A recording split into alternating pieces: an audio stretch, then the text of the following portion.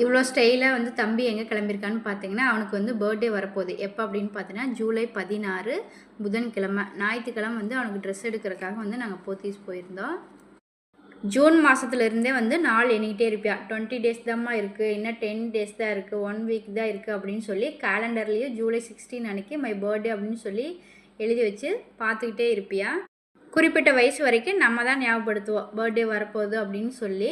ஆனால் கொஞ்சம் எழுத படிக்க தெரிஞ்சு ஆரம்பித்தோன்னே அவங்களே நோட் பண்ணி வச்சுட்டு நம்ம ஏதோ மறந்த மாதிரி பர்த்டே வரப்போதுமா அப்படின்னு சொல்லி நமக்கு ஞாபகப்படுத்துகிறாங்க.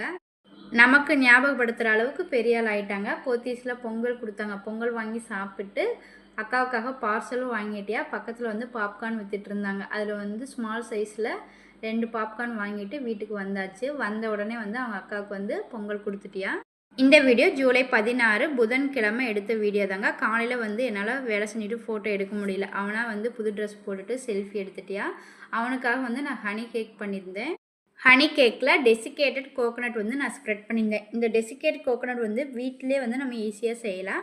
அதை எப்படி செய்யலான்னு சொல்லி நான் வீடியோ எடுத்திருக்கேன். சீக்கிரமாக போஸ்ட் பண்ணுறேன். இது வந்து எதுக்காக யூஸ் பண்ணுறது அப்படின்னா, இந்த மாதிரி ஸ்வீட் ஏதாவது செஞ்சோம்னா யூஸ் பண்ணிக்கலாம். இந்த டெசிகேட்டட் கோகோனட் வந்து கடையில் வாங்கினா ரேட்டு அதிகமாக இருக்கும். அதனால் வந்து வீட்லேயே வந்து நம்ம ஈஸியாக செஞ்சிடலாம். ஈவினிங் ஸ்கூல் விட்டு வீட்டுக்குள்ளே வரும்போதே அம்மா கேக் பண்ணிட்டீங்களா அப்படின்னு சொல்லி கேட்டுகிட்டே தான் வந்தியா. கேக் பண்ணியாச்சு தம்பி அப்படின்னு சொன்னது. ஃப்ரெஷ்அப் ஆகிட்டு உடனே கேக் கட் பண்ண ஸ்டார்ட் பண்ணியாச்சு. நான் ஃபஸ்ட் டைம் கேக் ட்ரை பண்ணும்போது தம்பி வந்து என்னோடய பர்த்டேக்கு வந்து பெரிய கேக்கை தான் செய்யணும் அப்படின்னு சொல்லியிருந்தியா. பெருசாக செய்யலைனாலும் சின்னதாக வந்து நான் செஞ்சுருந்தேன். டேஸ்ட் வந்து சூப்பராக இருந்துச்சு.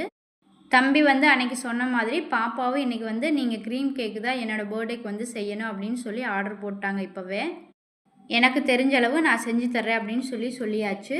கடையில் கேக் வாங்கி கட் பண்ணால் கூட இந்த அளவுக்கு ஹாப்பியாக இருக்குமான்னு தெரியல. நம்மளே செஞ்சு வெட்டும்போது ரொம்ப ஹாப்பியாக இருந்துச்சு.